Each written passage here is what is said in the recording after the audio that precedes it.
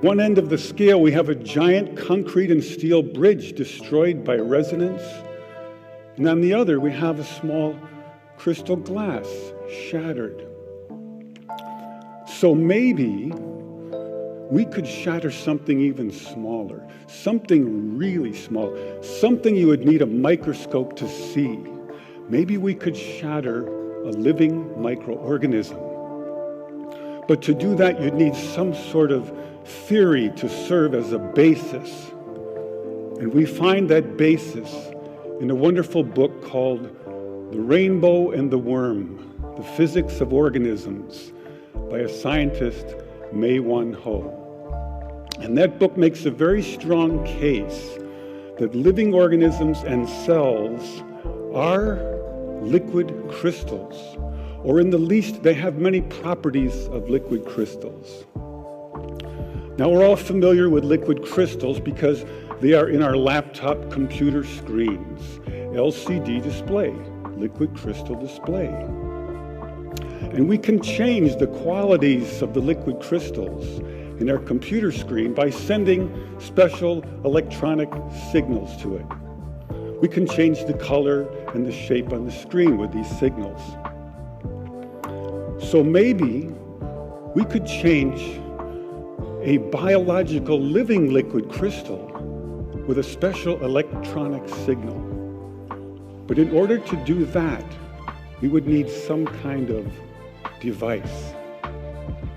So we searched the US patent database, and we find this invention by a physician, Dr. James Baer of Albuquerque, New Mexico.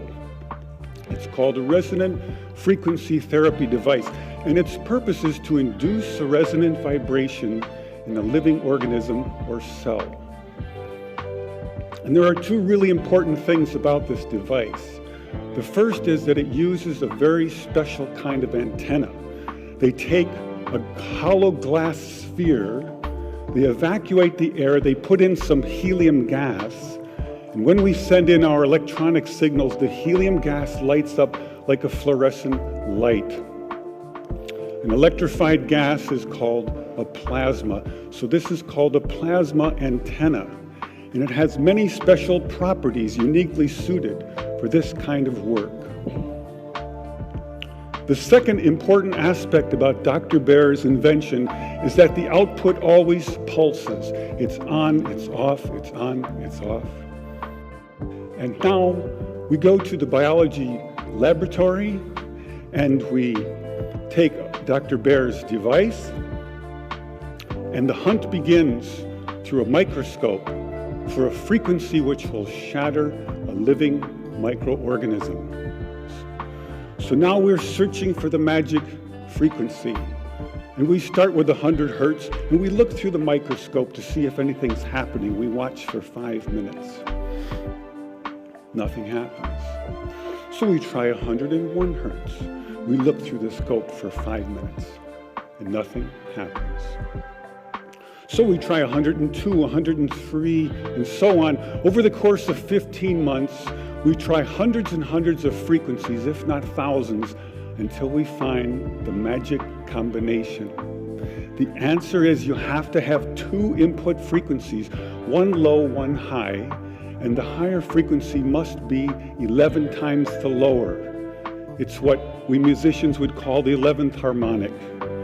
When we add the 11th harmonic, we begin to shatter microorganisms like a crystal glass.